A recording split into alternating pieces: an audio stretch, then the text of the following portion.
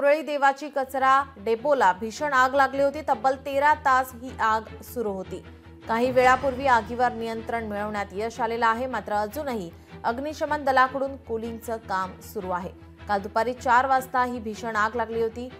तब्बल 13 तासांनंतर आता ही आग विझवण्यात आलेली आहे। अग्निशमन दलाकडून शर्थीचे प्रयत्न केले गेलेले आहेत, मात्र अजूनही अग्निशमन दलाकडून कूलिंगचं काम हे सुरूच आहे। काही वेळापूर्वी आगीवर आता नियंत्रण मिळवण्यात यश आलेलं आहे।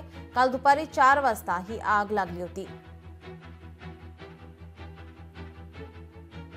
पुण्यातील उरळी देवाची कचरा डेपोला भीषण आग लागल्याची माहिती। तब्बल 13 तास ही आग सुरू होती। काही वेळापूर्वी आगीवर आता नियंत्रण मिळवण्यात आलेलं आहे, मात्र अजूनही अग्निशमन दलाकडून कूलिंगचं काम हे सुरूच आहे।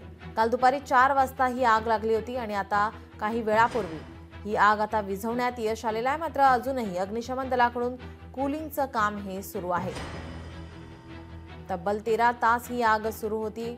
काही वेळापूर्वी ही आग आता विझवण्यात अग्निशमन दलाला यश आलेलं आहे, मात्र अजूनही कूलिंगचं काम हे सुरूच आहे। काल दुपारी 4 वाजता आग लागल्याची माहिती समोर येते।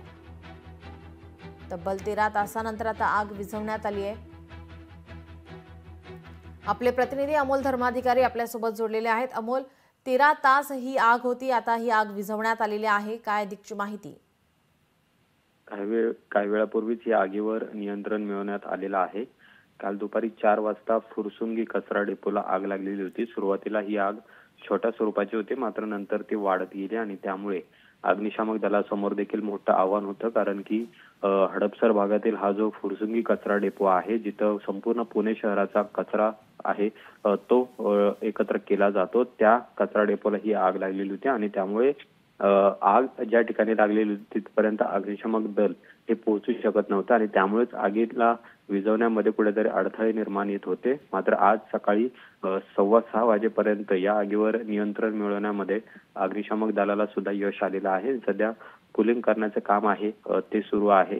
या घटनेमध्ये कुठेही जीवितहानी झालेली नाहीये, मात्र कचऱ्याला लागलेल्या आगीमुळे परिसरामध्ये मात्र मोठी दुर्गंधी आहे ती पसरलेली आहे आणि धुराचे लोटही काल संध्याकाळी 4 वाजल्यापासूनच पसरलेले पाहायला मिळालेले आहेत। जी, धन्यवाद अमोल, आपण दिलेल्या सविस्तर माहितीसाठी।